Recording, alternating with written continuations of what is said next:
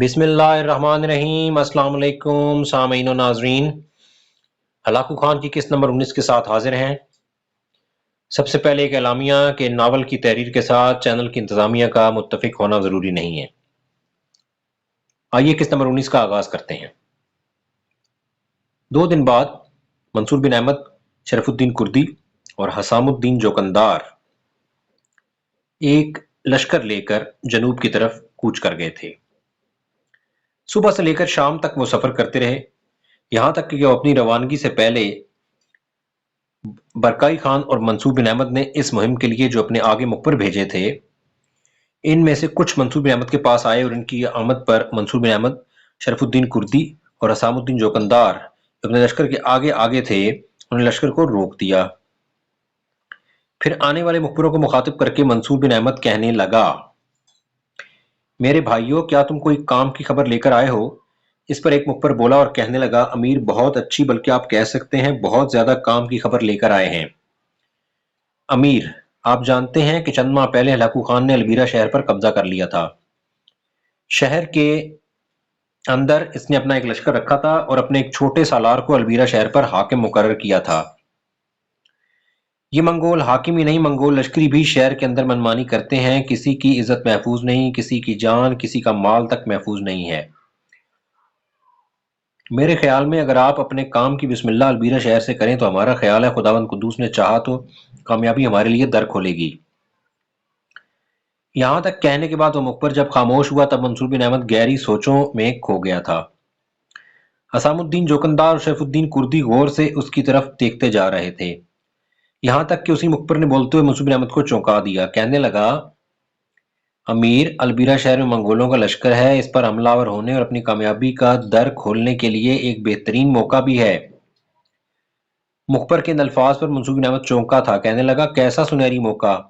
मुखबिर फिर बोला और कह रहा था, अमीर, बात यह है कि अलबीरा में जो मंगोलों का हाकिम है, इसके कहने पर हफ्ता में एक दफा मंगोल अलबीरा शहर से बाहर कार्रवाई करते हैं। दरअसल अलबीरा के मंगोल हाकिम ने अपने लश्कर को 2 हिस्सों में तकसीम किया हुआ है। एक हिस्सा अपने पास रखता है और दूसरे हिस्सा को हर हफ्ता अलबीरा शहर से निकालता है ताकि वो दूर और नजदीक मुसलमानों की बस्तियों पर हमलावर होकर अपने लिए जरूरियात का सामान और दूसरी चीजें हासिल करें। अब परसों इनका इरादा यही लूटमार करने का है। और अगर आप यहां तक मुखबिर कहने पाया था कि मंसूर बिन अहमद बोल उठा और बेपनाह खुशी का इजहार करते हुए कहने लगा, जो कुछ तुम कहना चाहते हो मैं समझ गया हूं।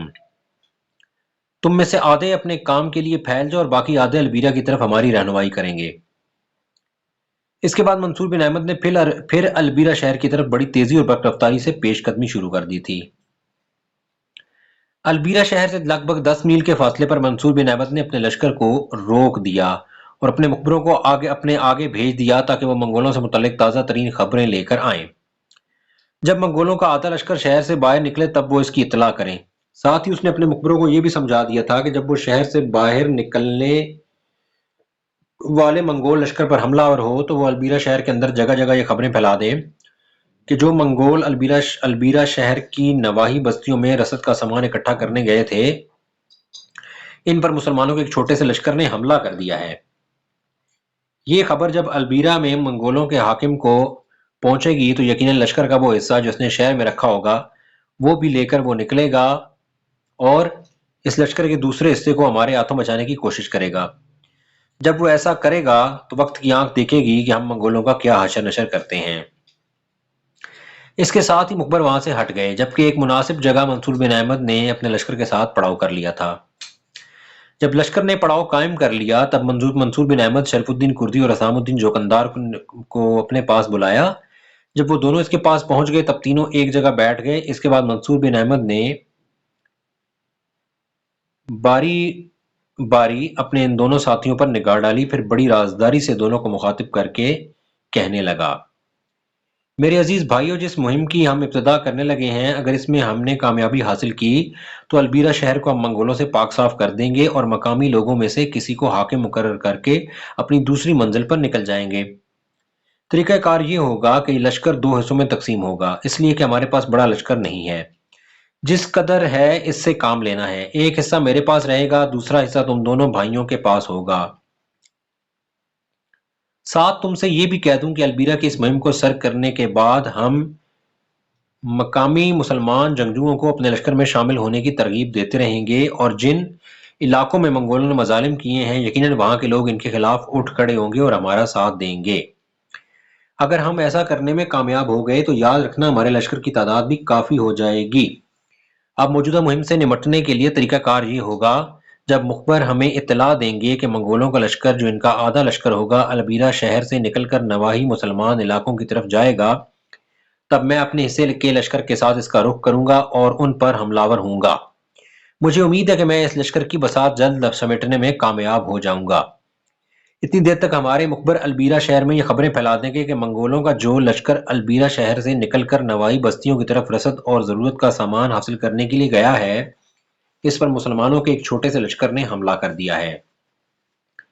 یہ خبریں سن کر یقیناً البیرا کا منگول حاکم پریشان ہوگا اور لشکر کا جو حصہ اس کے پاس ہے اسے لے کر اپنے لشکر کے دوسرے حصے کو بچانے کی کوشش کرے گا۔ اس وقت یہ تمہارا کام ہوگا کہ البیرا شہر کے مغرب میں گھات میں رہو، اور البیرا شہر تم لوگوں کا بھی دیکھا ہوا ہے۔ میں نے بھی مغرب میں کٹی پڑی زمینیں ہیں جہاں گھات لگائی جا سکتی ہے، اور وہیں تم دونوں اپنے حصے کے لشکر کے ساتھ رہو گے۔ جب البیرا کا منگول حاکم شہر کی طرف سے نکل کر میرا رخ کرے گا تو تم دونوں بھی اپنے لشکر کو لے کر اس کے پیچھے پیچھے روانہ ہو جانا۔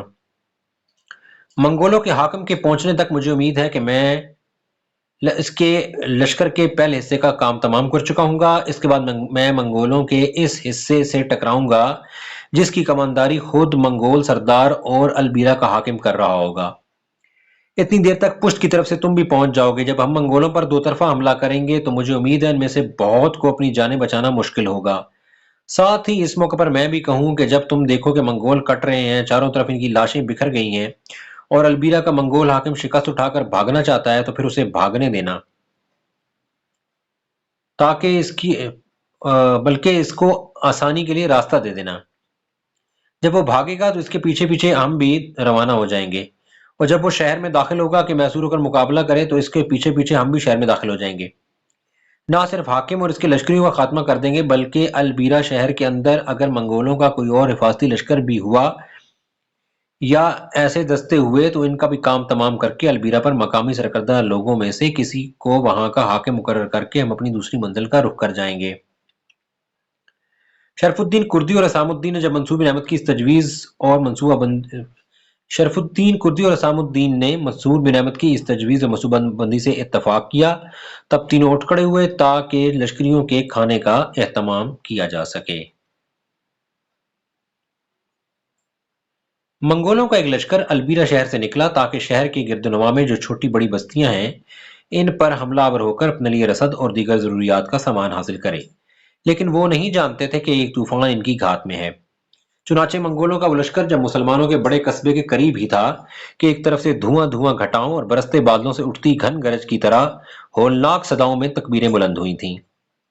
اس پر منگول سمجھ گئے اور جان گئے تھے کہ مسلمانوں کا کوئی لشکر ان کے در پہ ہے، لہٰذا وہ مقابلہ کرنے کے لیے تیار ہو گئے تھے۔ اتنی دیر تک منصور بن احمد اپنے حصے کے لشکر کے ساتھ تکبیریں بلند کرتا ہوا نمودار ہوا، پھر وہ منگولوں پر زیست کی خود فریبی کے اوہام میں درد و فرقت کے پیوند لگاتے، دکھ کے خونی بگولوں، پاؤں سے لپٹ جانے والے اندیشوں کے سیلے بے امان، مرگ کے جوش مارتے بھنور، حوصلوں کے نئے شباب، ولولوں کے انوکھے باب کھولتے اعصابی عذاب کی طرح حملہ آور ہو گیا تھا۔ دوسری طرف منگول بھی منصور بن احمد کے لشکر پر موت کے فرگل پہناتے، نفرتوں کے امڑتے سیلاب، چہرے سے زندگی کا نقاب اتار کر پھینکنے والے بحر کے طوفانوں، کسی موت اور خوابوں کی تعبیر بدل دینے والے خود سر ستم پرور جذبوں اور زندگی کی رگ رگ سے خون چوستے مرکب جہل کے فطور کی طرح حملہ آور ہو گئے تھے۔ اس دوران منصور بن احمد کے مخبروں نے البیرا شہر کے اندر اور باہر یہ خبریں پھیلا دیں کہ منگولوں کا جو لشکر رسد کا سامان جمع کرنے کے لیے گیا ہے اس پر مسلمانوں کا ایک لشکر حملہ آور ہو گیا ہے۔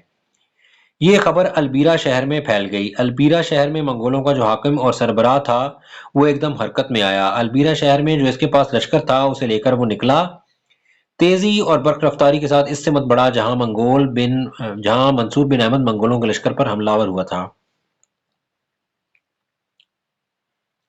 मंगोलों का जो सालार नया लश्कर लेकर अल्बीरा से निकला था ताकि अपने लश्कर की मदद करे, वो अभी पहले लश्कर के करीब ही पहुंचा था और अभी तक इसे मंसूर बिन अहमद पर जर्ब लगाने का मौका नहीं मिला था कि पुश्त की जानिब से आफत जां जिंदगी के हिसार तोड़ते अंधियाओं और आग उगलती होलनाक इब्तिलाओं की तरह शरफुद्दीन कुर्दी और असामुद्दीन जोकंदार अपने हिस्से के लश्कर के साथ नमूदार हुए और फिर वो नए आने वाले मंगोलों के लश्कर पर अजल की तख्तियों पर महरूमियों की दास्तानें रकम करते, कड़े कौसों के अंदेशों, दश्तो दमन में मौत का जबर फैलाते, नाउमीदियों के खूनी लम्हों, गम की अफकूबत गाहों में आंसू के सहीफे लिखते, खौफनाक लम्हों के उबाल की तरह हमलावर हो गए थे। मंसूर बिन अहमद ने पहले ही हमलावर होकर मंगोलों के पहले लश्कर की अक्सरियत को मौत के घाट उतार दिया था। जिस वक्त अल्बीरा में मंगोलों का सलार और हाकिम लश्कर लेकर आया, तब वो मंगोल जो इससे पहले मंसूर बिन अहमद से टकरा रहे थे, फिर उन्हें मंसूर बिन अहमद के मुकाबला में शिकस्त दिखाई दे रही थी, वो बड़े खुश हुए थे। लेकिन जब पुश्त की जानिब से शरफुद्दीन कुर्दी और असामुद्दीन ने खौफनाक अंदाज में हमलावर होते हुए नए आने वाले मंगोलों के लश्कर को अपने साथ मसरूफ कर लिया था, तब मंगोलों का वो लश्कर जो मंसूर बिन अहमद से टकरा रहा था, बड़ा परेशान हुआ।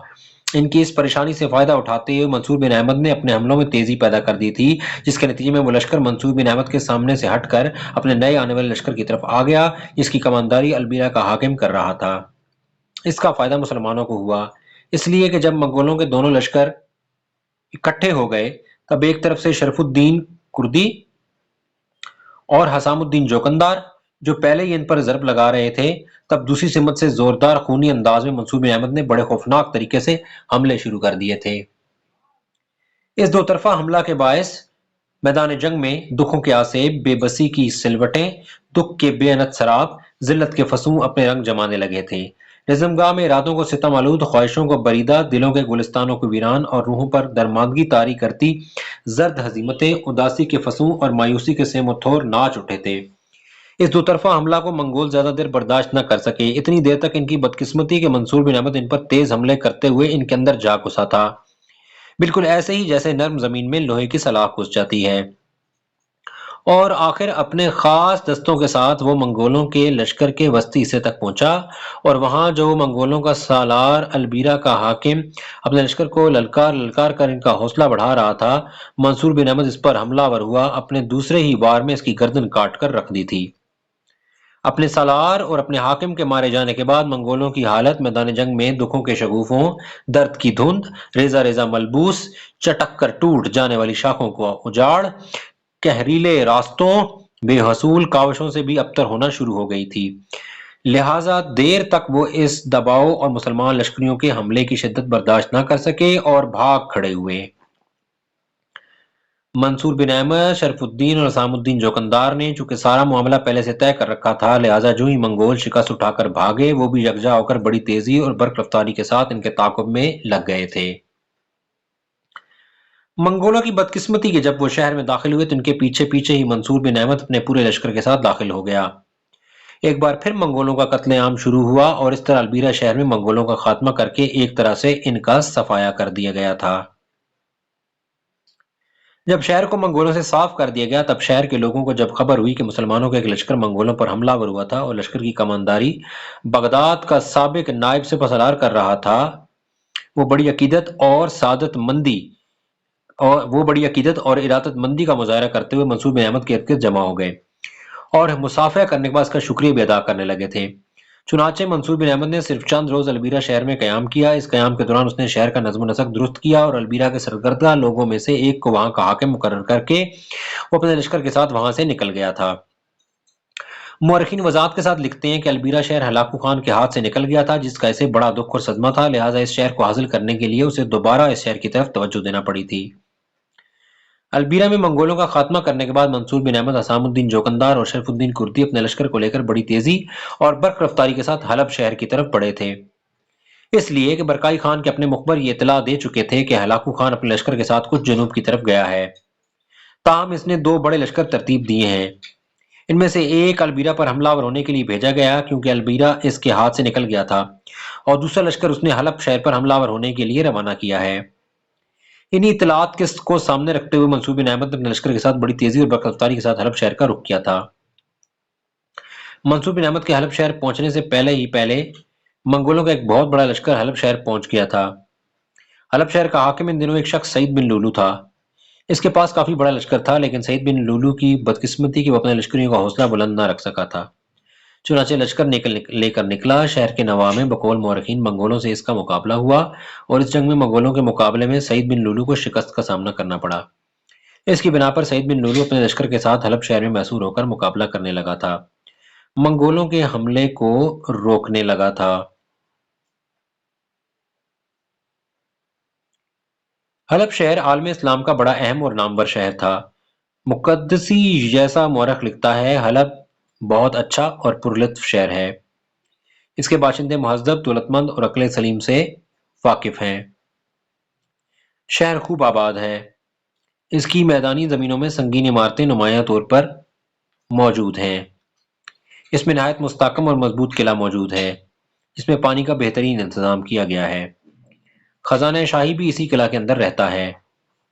بڑی مسجدیں شہر کے اندر واقع قلعہ اور اہل شہر دریا کا پانی پیتے ہیں،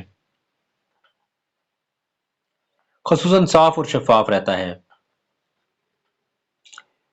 مقدسی مزید لکھتا ہے کہ شہر کے 7 دروازے ہیں: باب حمص، باب الرقہ، باب حرین، باب الیہود، باب العراق، باب دار البطیخ، باب انطاکیہ اور باب اربعین۔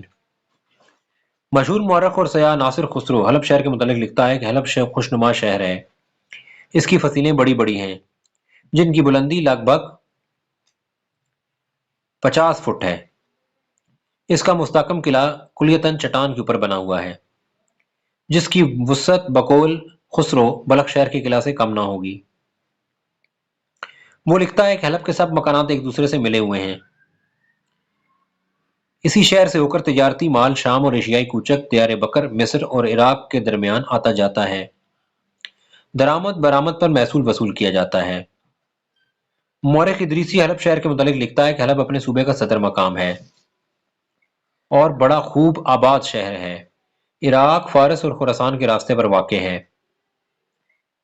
اس کی بنیادیں سنگ سفید کی ہیں اور کولیک نام کا دریا قریبی بہتا ہے، مگر اس میں پانی کم ہوتا ہے۔ اسی سے زمین دوز نالیوں کے ذریعے شہر میں پانی پہنچایا جاتا ہے، جو منڈی، گلی کوچوں اور مکانوں میں تقسیم ہو جاتا ہے۔ لوگ اسی کو پیتے ہیں اور دوسرے کاموں میں استعمال کرتے ہیں۔ وہ مزید لکھتا ہے کہ حلب کے قلعہ میں عمدہ پانی کا ایک چشمہ ہے۔ مشہور سیاح ابن جبیر بھی حلب گیا۔ اس نے اپنے سفر نامہ میں جو کیفیت حلب شہر کی پیش کی ہے وہ کچھ اس طرح سے ہے: اس شہر میں بزرگوں کے آثار باقیہ بہت ہیں اور یہاں کا مضبوط قلعہ مشہور ہے۔ یہ کبھی خاندان ہمدانیوں کا شہر تھا جن کا دور ختم ہو چکا ہے۔ پھر لکھتا ہے کہ شہر کے قلعہ کے اندر چشمہ ہے جس میں بافراد پانی آتا ہے اور حوضوں میں جمع ہوتا ہے، جنہیں اسی غرض سے بنایا گیا ہے۔ ان حوضوں کے گرد دوہری دیوار ہے۔ شہر کے رخ قلعہ سے باہر گہری خندق کھودی گئی جس سے زائد پانی بہہ جاتا ہے۔ قلعہ کی دیواریں بلند ہیں اور ان میں برج بنے ہوئے ہیں۔ سلطان کی قیام گاہ یہی قلعہ ہے۔ شہر میں وسیع اور خوشنما منڈیاں ہیں، ان پر 24 چھتیں پڑی ہیں۔ سایہ دار کوچے جن میں قطار در قطار دکانیں بنی ہوئی ہیں، جامع مسجد کے ہر دروازے کے آگے دور تک چلی گئی ہیں، اور خود جامع مسجد قابل دید ہے اور اس کا صحن کمال حسن و خوبی سے سنگ بستہ ہے۔ اس مسجد میں 50 سے زیادہ در ہیں۔ صحن میں 2 کنویں ہیں۔ حلب کا چوبی کام مشہور ہے۔ مسجد کی محراب پر قبلہ سے چھت تک آبنوس کے ٹکڑے جوڑ کر نقش بنائے گئے ہیں۔ ان سے محراب کی خوبصورتی دوبالا ہو گئی ہے۔ اسی طرح ممبر کی خوشنمائی دیکھنے کے قابل ہے۔ مسجد کی مغربی سمت میں ایک مدرسہ اور اس کے ساتھ بہت اچھا باغ بنا ہوا ہے۔ اس کے مثل شہر میں اور بھی 4-5 مدرسے اور ایک مارستان شفاخانہ ہے۔ شہر کے باہر مضافات میں بہت سے باغ اور سرائیں ہیں۔ ایک چھوٹا سا دریا شہر کے سامنے جنوب کی طرف بہتا ہے جسے کویک کہتے ہیں۔ مورخ یاقوت اس شہر کے بارے میں لکھتا ہے کہ حلب دارالخلافہ ہے، اس کی آب و ہوا نہایت عمدہ ہے۔ اس نام حلب کا سبب یہ بیان کیا گیا ہے کہ حضرت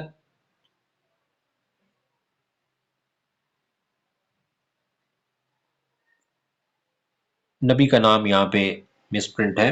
بہرحال کوئی نبی علیہ السلام یہاں قیام کے زمانے میں حلب کے مقام پہ اپنی گائے بکریوں کا دودھ دوہا کرتے تھے۔ ایک اور روایت ہے کہ بنی عمالقہ کی 3 بیٹیوں کے نام حلب، حمص اور برزا ہیں، اور انہوں نے ہر ایک نے اپنے اپنے بیٹے کے نام پر ایک شہر بسایا۔ یہی یاقوت مزید لکھتا ہے کہ حلب کے قلعہ میں مقام ابراہیم خلیل اللہ ہے، اور ایک صندوق کے اندر یحییٰ بن زکریا علیہ السلام کے منہ ریش محفوظ ہیں جو 1044 عیسوی میں ملے تھے۔ معزز ناظرین و سامعین، آج کی ایپیسوڈ یہاں پہ ختم کرتے ہیں۔ ایپیسوڈ کی تحریر میں کہیں کچھ کوتاہیاں ہیں جس میں کی وجہ سے اس کو پڑھنے میں بعض اوقات دقت کا سامنا کرنا پڑتا ہے، جس کے لیے میں آپ سے معذرت خواہ ہوں۔ ویڈیو پسند آئے تو اس کو لائک کر لیں، چینل کو سبسکرائب کر دیں، بیل آئیکن کا بٹن پریس کر دیں تاکہ میری آنے والی ویڈیوز کے نوٹیفیکیشن آپ کو بر وقت ملتے رہیں۔ اپنا اور اپنے اس چینل کا خیال رکھیے گا۔ اب تک کے لیے اتنا ہی، انشاءاللہ بہت جلد اگلی ویڈیو میں ملاقات ہوگی۔ تب تک کے لیے اللہ حافظ۔